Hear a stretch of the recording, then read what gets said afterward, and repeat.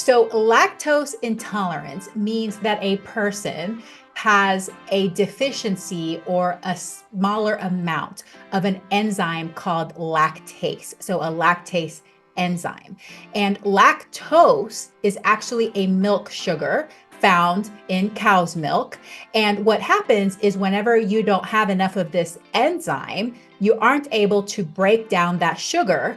And so it continues through in your digestive tract. And when that happens, instead of it getting absorbed into your body the way it's supposed to, it creates problems. So people that are lactose intolerant, they have symptoms that probably a lot of people have heard of. So bloating, gas, and sometimes really painful or stinky gas. They can have diarrhea, they can have reflux or heartburn, belching, and then just generally feel unwell. And these symptoms can occur within minutes, but sometimes they may not come on until several hours after you've consumed the dairy product because it depends on which part of the digestive tract it's causing you problems at.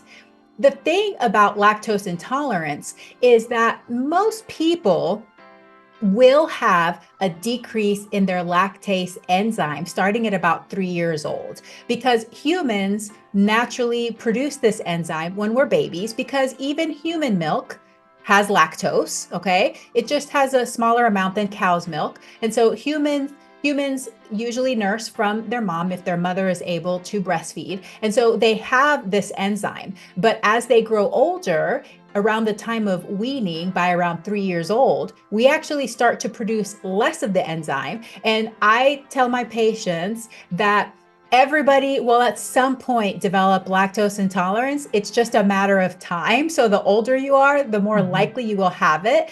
But there are certain populations, especially for people of color, where it happens earlier and it's stronger. And so about 60% of the world population doesn't produce as much of this enzyme. And so even as children, young children, they can have pretty severe symptoms of lactose intolerance. Now, lactose intolerance is not life-threatening, but it makes you miserable. And especially for children in school, it can cause absenteeism, not wanting to go to school, not being able to concentrate on their schoolwork, embarrassing symptoms. And, when kids don't feel good, it's hard for them to have fun and play and do their things. And so even though it's not life-threatening, it is a very big problem that can cause chronic abdominal pain in children. So we want to help them not have those symptoms.